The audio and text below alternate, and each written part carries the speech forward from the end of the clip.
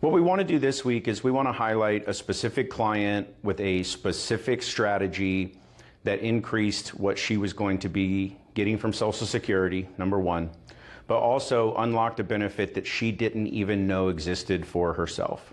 And so this week we want to highlight Linda.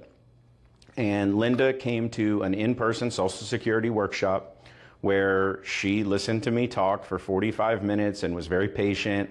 And then at the end, she came up and she said, hey, listen, I think that I want to know a little bit more. I have a strategy in mind. I think I'm going to wait until age 70. I'm still working, but I'd like to come in and see, if you can identify something that we've missed or if you have some different ideas. And so we did that. And, in a very quick, informal 10 or 15 minute meeting, we learned a little bit about Linda and her Social Security scenario. And what we learned was that Linda was single. She had been married many years prior, had been divorced for decades, but that marriage had lasted longer than 10 years. And so she was actually eligible for some benefits based off of that prior marriage.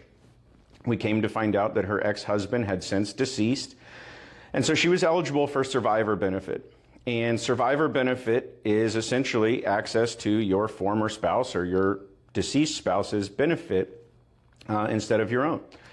And so we encouraged her to, and we'll put a slide up that shows what her exact strategy was. We encouraged her to file what's called a restricted application for survivor's benefits.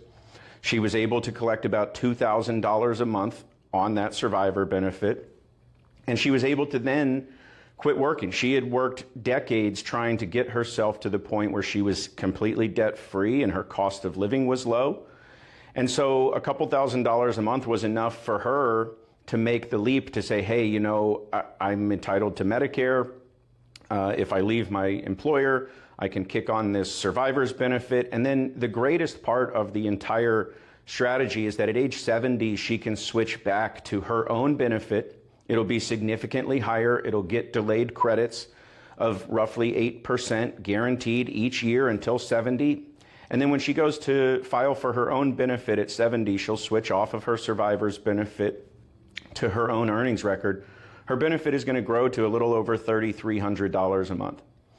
And so lifetime, if Linda lives until 85, this strategy will pay her $75,000 roughly more than had she just done the strategy that she was planning and waited until 70 and collected on her own benefit. She didn't know it existed. And very similar to Lynn in another scenario that we've done, Social Security wasn't knocking her door down to tell her, hey, you could do this. Your life could be a lot more simple. You could quit the 9-to-5 grind and you can retire. And we were able to highlight that for her. And, I think of note at the end, Linda never pays us for our service. So we do this completely free of charge. It is our intro. It is our way to earn the rest of your retirement business. And we hope that this little piece was informative and that if you have questions, you'll reach out and let us help you just like we helped Linda.